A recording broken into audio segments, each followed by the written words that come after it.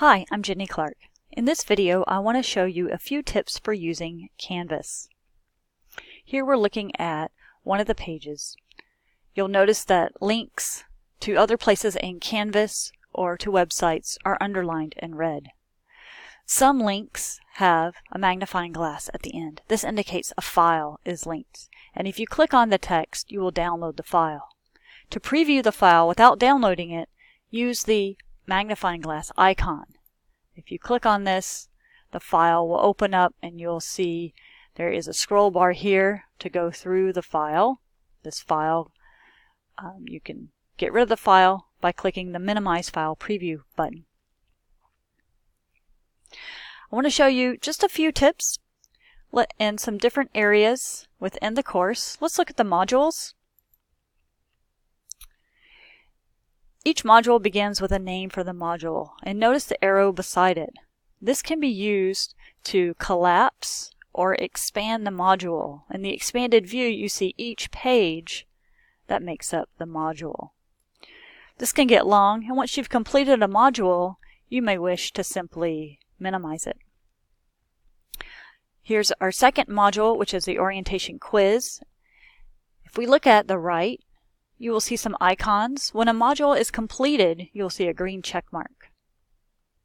If we look at the week 1, if some items have not been completed, you will see a red dash or minus sign.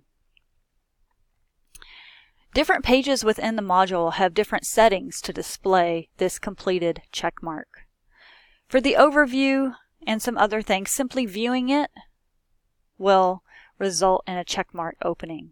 However, for videos and recommended resources or assignments, simply viewing it will not result in a check mark. And if you scroll over the circle, you'll see what needs to happen. You can mark when you are done watching the videos, and this allows you to track your progress. This is true for the videos and recommended resources. For the discussion, you must submit the assignment. For the quiz, you must submit the assignment to get the check mark there. And when all of the check marks are completed, then the entire module will begin with a green check mark. Now for the quizzes, take note that you can take each quiz twice. Completing it once will result in a check mark. But you can take it twice to improve your score, and Canvas will record your highest score. All right, let's look at another section. If we look at the assignments section, assignments can be shown according to the type, where you have discussions, quizzes, and group assignments, or you can show them by the date, so you can see what's due first in order. Let me go back to the type. I want to point out something briefly about group assignments. For all group assignments, only one person from your group needs to submit the assignment. Each assignment must be submitted in 2 places, and this allows me to use Turnitin to look for plagiarism. Simply put, you shouldn't copy anything from assigned articles or internet sites. You should rephrase all information using your own words. When you submit to Turnitin, you'll be able to come back a few hours later and see your similarity score. Now don't expect the score to be 0. Certain things like the instructions and the questions themselves will be highlighted as similar because everyone has the same questions, and that's okay. I don't want to see highlighted text within your answer, long phrases that are highlighted, and this would indicate that it's copied from another source.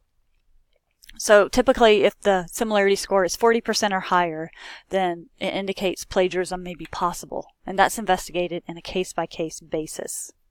So just remember, when you submit your assignments, they have to be submitted to 2 places. I will grade the first link and leave you comments, and then the second link is simply to look for plagiarism. I want to move now to the discussion section. I'll click on a discussion here. So when you go through the discussion, you're going to see 2 boxes at the bottom. To make your reply or your post, click on the bottom box where it says reply, and then you'll have all these options for formatting. Please use these formatting options to embed images, web links, or videos. I suggest you copy and paste your posts, composing them first in a word processor. Now once you make a post, and I will just do a test post here, you will notice that you are subscribed to this thread, and depending on your notifications, you may receive an email for each subsequent post within that thread. And if we go back to the main discussions area, subscriptions are indicated with this bookmark icon on the right.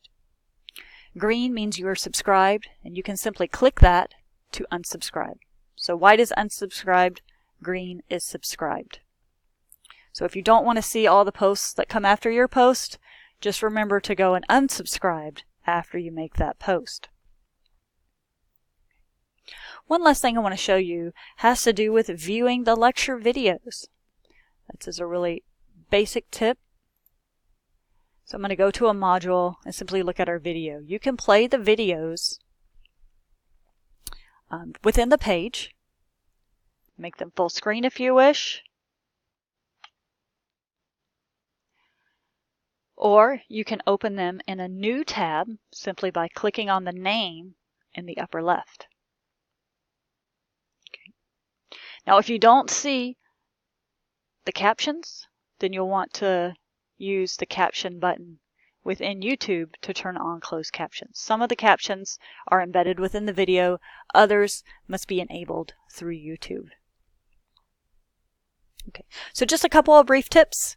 If we have other questions throughout the lecture, I'll show you more tips. Thanks for watching this video, and I hope you found something useful.